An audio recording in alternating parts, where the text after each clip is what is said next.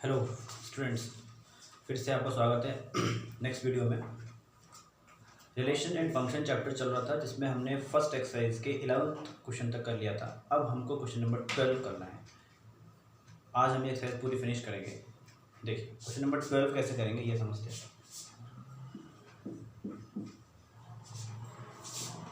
Show that the relation R defined in the set A of all triangles as R equals to. ठीक है, तो यहाँ पर given set जो है आपका वो क्या है, आपका सेट ऑफ ऑल ट्राइंगल।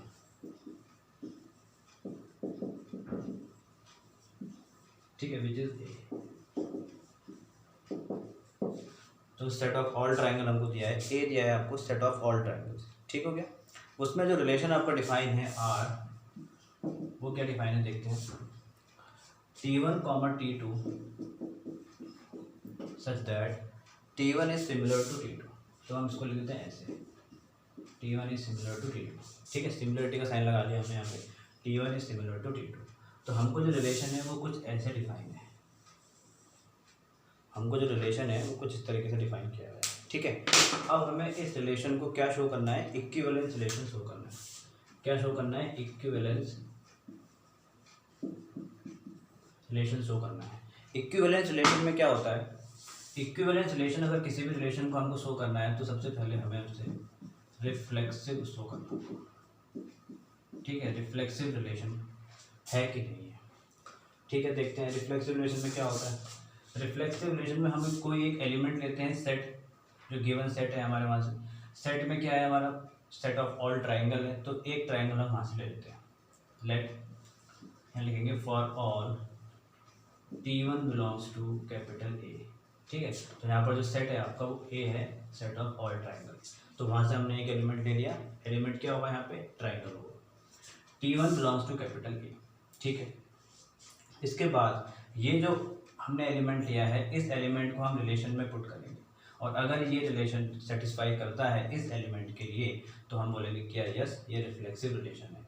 कहने का मतलब ये है कि पहला एलिमेंट भी T1 और दूसरा एलिमेंट भी T1, दोनों एलिमेंट सेम रखो और रिलेशन में देखो पुट करके कि वो एग्जिस्ट कर रहा है या नहीं कर रहा है, उसके लिए रिफ्लेक्सिव है कि नहीं है रिलेशन। ठीक है, तो यहाँ पर for all T1 belongs to capital A, T1 is similar to T1। ठीक है, कोई भी ट्राइंगल अपने आप के सिमिलर होगा ही होगा। Triangle is similar to itself. ठीक है, एक ट्राइंगल जो होता है वो अपने आप के सिमिलर होता ही होता है।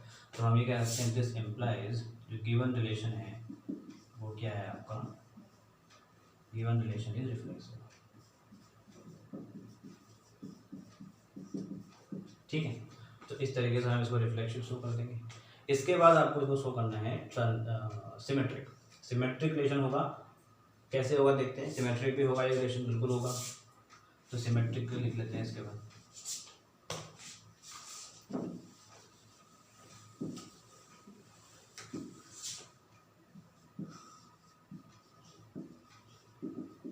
सिमेट्रिक रिलेशन देखो कैसे शो करेंगे इसको। For all T1 belongs to capital A नहीं होगा, बल्कि यहाँ पर अब T1 comma T2 belongs to capital A, दो एलिमेंट हम लेते हैं सेट से।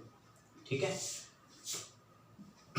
If T1 comma T2 belongs to R, अगर T1 कॉमा T2 आपका रिलेशन से बिलोंग करता है तो इसका मतलब ये होगा कि T1 is similar to T2।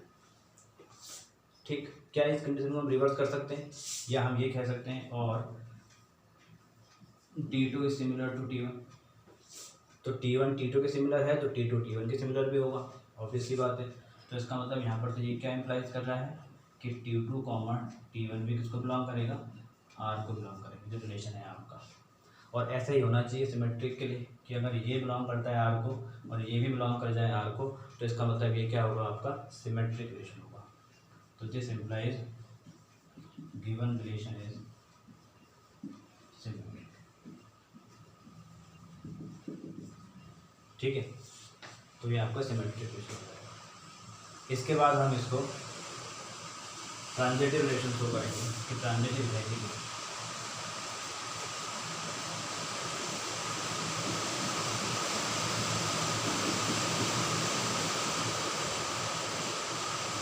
Transitive relation के लिए क्या करना होता है, ट्रांजिटिव रिलेशन के लिए हमको 3 एलिमेंट लेंगे, ठीक है। तो लिखेंगे for all T1, T2, T3 belongs to capital T1, T2, T3 इसको बिलोंग कर रहे हैं, कैपिटल A को बिलोंग कर रहे हैं, ठीक है। If T1, T2 belongs to capital R, तो इसका मतलब क्या होगा कि T1 is similar to T2, ये मतलब होगा इसका, ठीक है। And T2, T3 belongs to capital R, तो इसका मतलब क्या होगा कि T2 जो है सिमिलर है T3 के, ये भी ठीक हो गया। अब इन दोनों कंक्लूजन को मिला के अगर हम देखें कि T1 T2 के सिमिलर है और T2 T3 के सिमिलर है, तो इन दोनों से हम ये कह सकते हैं T1 is similar to T3, T1 is similar to T3, ठीक है। T1 T2 के सिमिलर है, T2 T3 के सिमिलर है, तो T1 T3 के सिमिलर भी होगा। तो मतलब इसका मतलब क्या है, देयरफॉर या हम सिंपलाइज क्या कि T1, T3 belongs to capital R, ठीक है। तो अब यहाँ से आप देखो कि T1 belongs to capital R था, T1, T2 belongs to capital R था, T2, T3 belongs to capital R था, और इन दोनों से हमारे पास रिजल्ट क्या आ गया, ये आ गया। तो ऐसा होने पे क्या होता है, रिलेशन आपका transitive, given relation is transitive, ठीक है।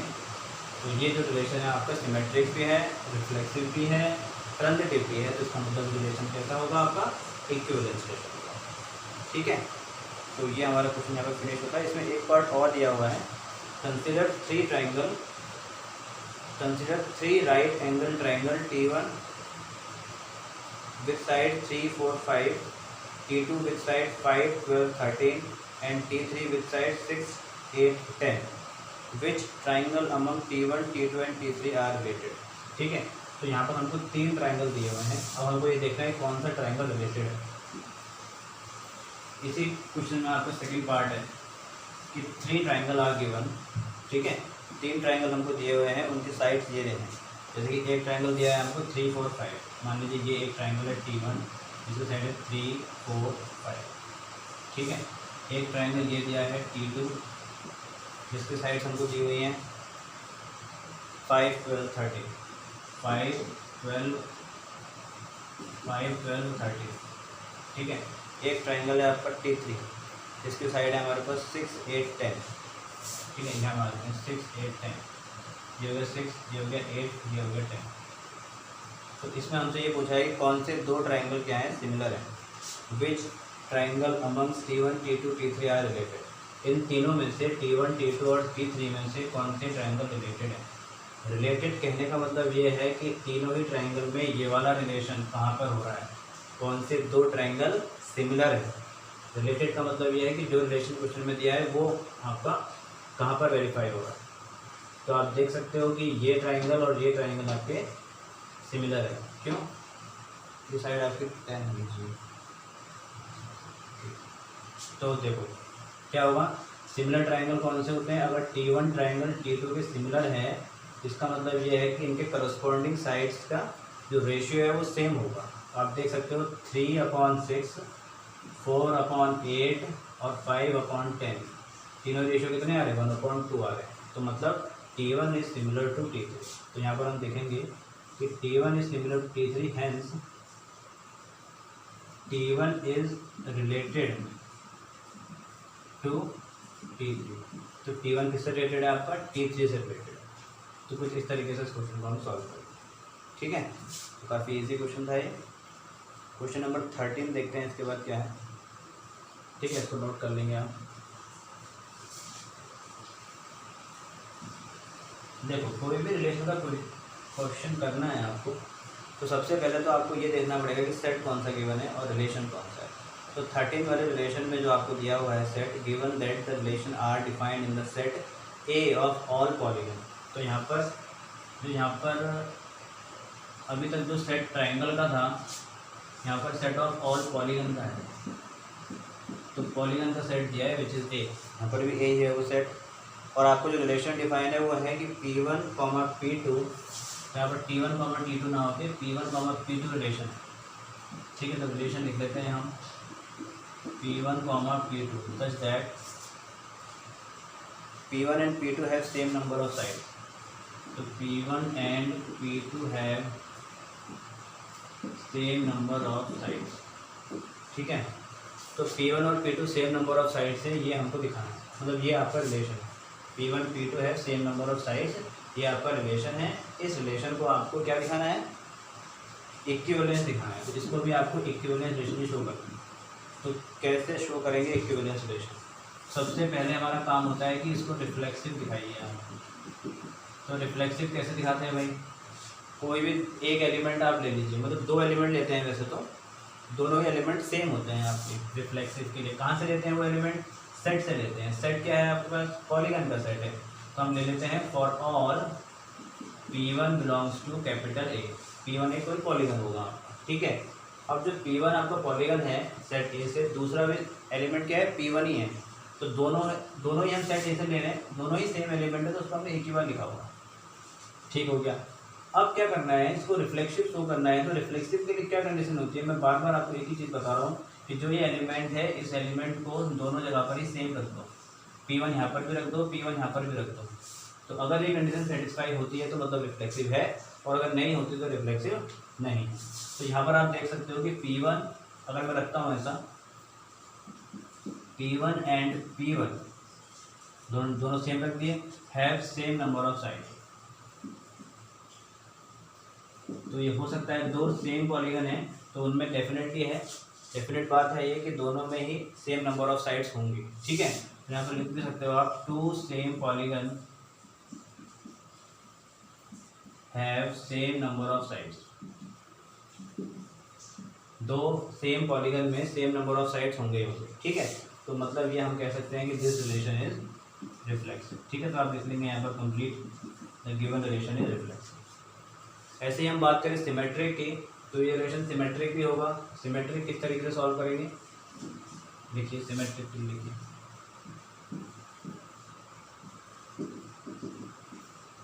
अब यहाँ पर हम दो एलिमेंट लेंगे, P1 P2 belongs to capital A। ठीक है, दो एलिमेंट ले लिए। अब ये कंडीशन नहीं लगाएंगे, बल्कि हम क्या बोलेंगे, सिमेट्रिक में क्या होता है कि if P1 P2 belongs to R, P1 P2 अगर R को बिलोंग करते हैं, तो इसका मतलब क्या होता है, इसका मतलब ये होता है कि P1 and P2 have same number of sides. यही तो होगा। और ऐसा होने पर अगर हम इस कंडीशन को रिवर्स कर दें तो क्या तब भी ये कंडीशन ट्रू होगी। देखते हैं क्या लिखेंगे, P2 and P1 have same number of sides. बात तो बिल्कुल ठीक है, ऐसे ही हो सकता है। अगर हम बोलें कि इस वाले पॉलीगन में और इस वाले पॉलीगन में सेम नंबर ऑफ साइड्स हैं, या हम ऐसा बोलेंगे इस वाले पॉलीगन में और इस वाले पॉलीगन में सेम नंबर ऑफ साइड्स है, एक ही बात है, कोई डिफरेंस नहीं है। तो यहाँ पर क्या इम्प्लाई करेगा ये कि P2 P1 भी बिलोंग करेगा किसको, R को। अब आप देख सकते हैं कि P1 P2 R को बिलोंग कर रहा था और P2 P1 भी R को बिलोंग कर गया। इसका मतलब ये क्या होगा, ये रिलेशन आपका क्या हो जाएगा, सिमेट्री हो जाएगा। ठीक है, तो यही होता है सिमेट्रिक के लिए कंडीशन। तो आप यहाँ पर लिख लेंगे the given relation is symmetric. इसके बाद जब ट्रांजिटिव करते हैं कुछ भी चेंज नहीं होता, बस केवल तीन एलिमेंट ले लेते हैं हम लोग, P1 P2 P3 belongs to A। यहाँ पर आप इसको ट्रांजिटिव कर दीजिए।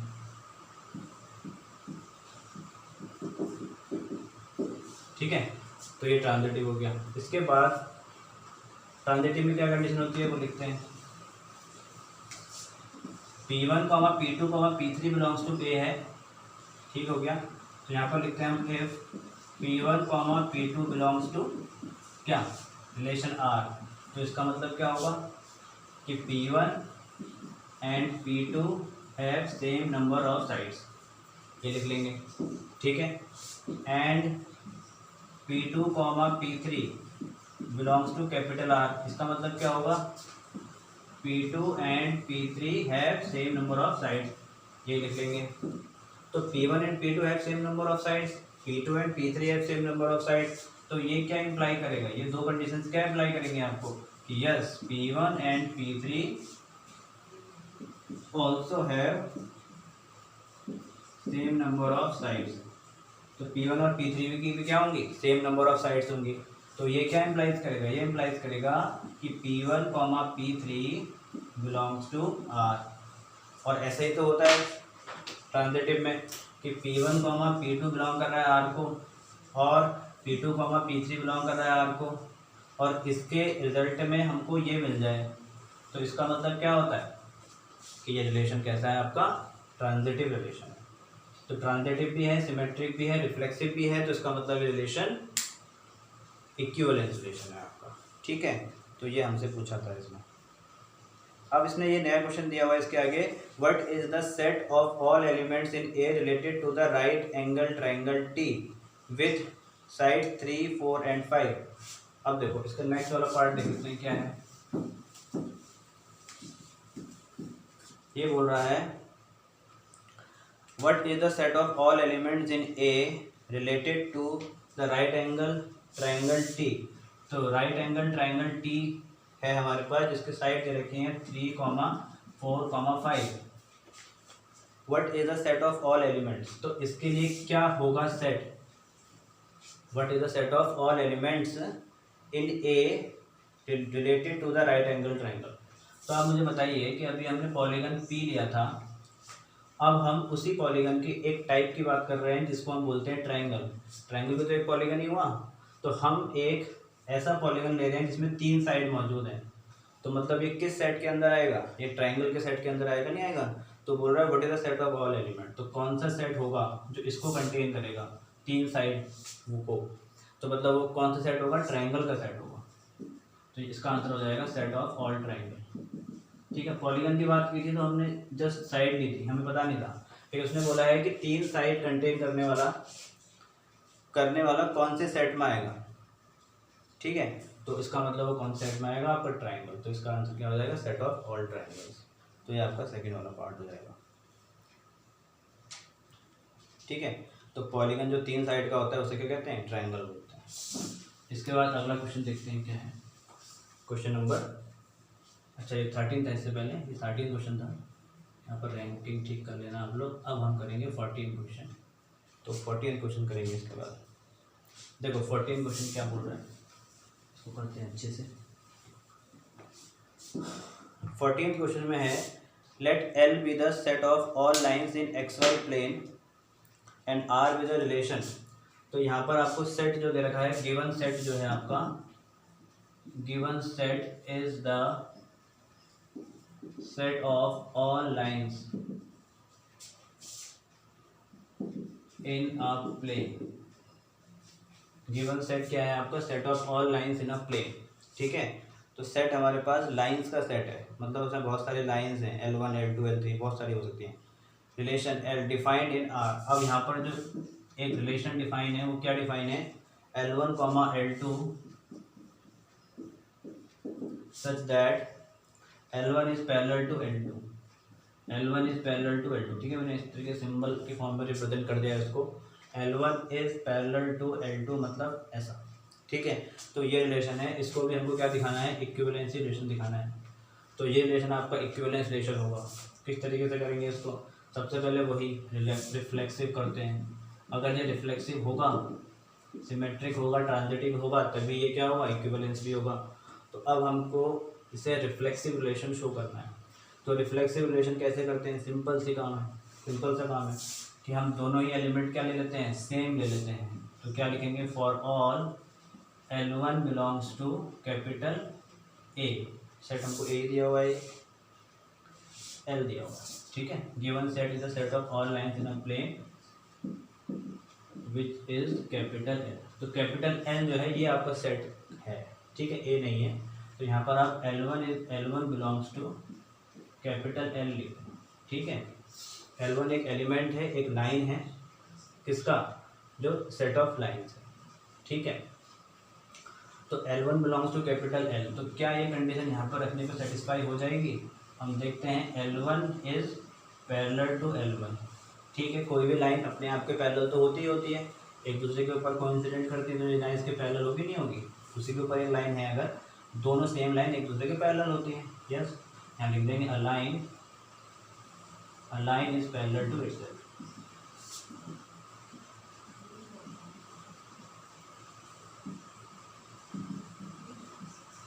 जो लाइन होती है वो अपने आप पे क्या होती है, पैरेलल होती है। तो इसका मतलब ये क्या इम्प्लाइज कर रहा है कि भाई L1 L1 belongs to R।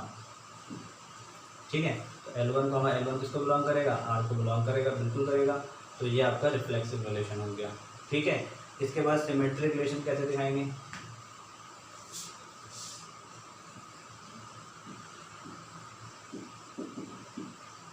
Symmetric relation के लिए क्या होता है, 3 एलिमेंट लेते हैं। फॉर ऑल L1 L2 तीन 2 एलिमेंट और इक्विवेलेंट वो ट्रांजिटिव पे लेते हैं 3 element belongs to capital A नहीं है L है।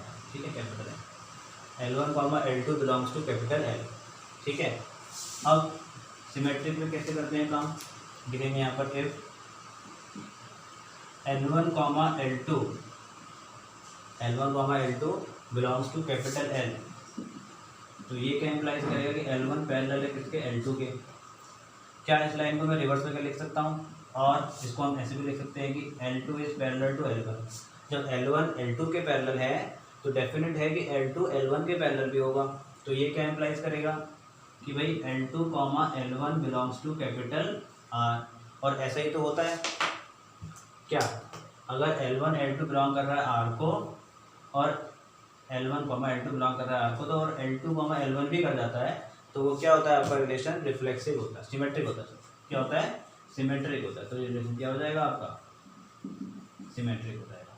ठीक है, ऐसे ही अगर हम बात करें ट्रांजिटिव की, तो ट्रांजिटिव में क्या करते हैं,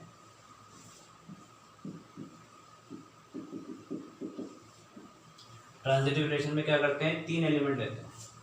कितने एलिमेंट लेते हैं, 3 एलिमेंट लेते हैं। तो आप 3 एलिमेंट लेते हैं, तो L1 L2 L3 belongs to capital L। ठीक है, सेट यहाँ पर L है। हम लेते हैं if L1 L2 belongs to capital R। तो इसका मतलब क्या होगा, L1 L2 कैपिटल R को बिलोंग कर रहा है, तो इसका मतलब ये होगा कि L1 is parallel to L2 and L2 L3 capital R को बिलोंग कर रहा है। इसका मतलब होगा L2 is parallel to L3। तो आप खुद ही बताइए कि एक ये लाइन L1 है, ये L2 के पैरेलल है, और L2 जो है L3 के पैरेलल है। तो ये दोनों लाइन भी क्या होंगे, आपस में पैरेलल होंगी, नहीं होंगी। तो L1 is parallel to L3, तो यहाँ से ये इम्प्लाइज करेगा L1 is parallel to L3। तो जो इसने इम्प्लाइज किया, इसकी बेसिस पे हम ये कह सकते हैं कि L1 L3 belongs to capital R। ठीक है, तो इसका मतलब कंक्लूजन क्या निकलेगा कि L1 जब L1 L2 R को बिलोंग कर रहे थे, L2 L3 R को बिलोंग कर रहे थे, तो इसके रिस्पेक्ट पे क्या रिजल्ट आया कि L1 और L3 भी R को बिलोंग कर रहे हैं। तो हम ये कह सकते हैं कि ये रिलेशन क्या हो जाएगा, ट्रांजिटिव हो जाएगा। अब ये रिलेशन रिफ्लेक्सिव भी है, सिमेट्रिक भी है, ट्रांजिटिव भी है। इसका मतलब रिलेशन क्या हो जाएगा आपका, इक्विवेलेंस रिलेशन हो जाएगा। ठीक है, तो कुछ इस तरीके से हम इसको इक्विवेलेंस प्रूव करेंगे। अच्छा ठीक है, आगे बढ़ते हैं। हाँ, इसमें एक क्वेश्चन और दिया हुआ है, find the set of all lines related to the line y equals to 2x + 4। तो इसको देखते हैं क्या है ये। देखो समझने की कोशिश करेंगे इसको। y equals to 2x + 4, y equals to 2x + 4 ये एक लाइन की इक्वेशन है। कंपेयर करें, अगर इक्वेशन ऑफ लाइन्स है, एक होती है y equals to mx + c, जिसमें m क्या होता है, स्लोप होता है, और c क्या होता है, इंटरसेप्ट होता है। तो मतलब 2 स्लोप वाले और 4 इंटरसेप्ट वाली ये एक लाइन है हमारे पास। ठीक है, तो ये कुछ ऐसी लाइन होती होगी, स्लोप पॉजिटिव है और ये y इंटरसेप्ट है आपका, तो यहाँ पर कहीं आपका ये इंटरसेप्ट कर रहा होगा। ठीक है, तो ये बोल रहा है find the set of all lines related to this. इससे रिलेटेड लाइन का सेट जो होगा वो कैसे लिख सकते हैं हम उसको। ठीक है, तो एक जनरल रिप्रेजेंटेशन देना है, जनरल लाइन की इक्वेशन देनी है जो उसको रिप्रेजेंट करे, जो इस लाइन के पैरेलल हो। तो उसमें क्या कर सकते हैं हम, y इक्वल्स, स्लोप तो आपका 2 ही रहने वाला है, बस ये जो आपका 4 है ना, ये 4 इंटरसेप्ट ये चेंज होता रहेगा। मान लो इसके पैरेलल लाइन कैसे आएंगी, ऐसी आएंगी, ऐसी आएंगी, ऐसी आएंगी, ऐसी आएंगी, चलते रहेंगी ना ऊपर तक। तो मतलब क्या है कि वो जो सेट ऑफ ऑल लाइंस जो होगी वो y equals to 2x + c type की इक्वेशन होगी। y equal to 2x + c type की इक्वेशन होगी। ठीक है, क्योंकि आप इस इंटरसेप्ट को चेंज करते रहोगे, बाकी तो स्लोप चेंज होने से रहा, स्लोप चेंज नहीं होगा। स्लोप चेंज होगा तो वो लाइन पैरेलल नहीं रहेगी, क्योंकि आपको इसके पैरेलल चाहिए, मतलब इसकी कंडीशन फॉलो करने वाली लाइन चाहिए, तो स्लोप वही रखेंगे, बस इसको चेंज कर देंगे। तो जो सेट ऑफ ऑल लाइन्स आएगा वो कितना होगा, y equals to 2x plus C. तो ये आपका सॉल्यूशन हो जाएगा इसका, ठीक है। अब इसके बाद क्वेश्चन नंबर 15 और 16 है। ये क्वेश्चन नंबर काफ़ी इजी है, ये आप खुद करेंगे। अगर आपको डाउट होगा इन क्वेश्चन में तो आप कमेंट बॉक्स में कमेंट कर सकते हैं कि सर ये क्वेश्चन समझ में नहीं आ रहा है, तो फिर हम आपको करा देंगे, ठीक है। तो ये एक्सरसाइज यहाँ पर फिनिश हो जाती है। अभी जब नेक्स्ट लेक्चर आएगा इसके बाद हम उसमें पार्ट 2 स्टार्ट करेंगे इस चैप्टर का, जो कि है आपका फंक्शन, ठीक है। बहुत इंपॉर्टेंट कॉन्सेप्ट है, बहुत इंपॉर्टेंट एक्सरसाइज है, और उसको हम नेक्स्ट वीडियो में कवर करेंगे। नेक्स्ट वीडियो में उसका इंट्रोडक्शन देखेंगे, जो भी फंक्शन में हमें करना है, देन उसके बाद फिर हम उसकी एक्सरसाइज करेंगे, ठीक है। तो इस वीडियो में फिलहाल इतना ही। Thank you.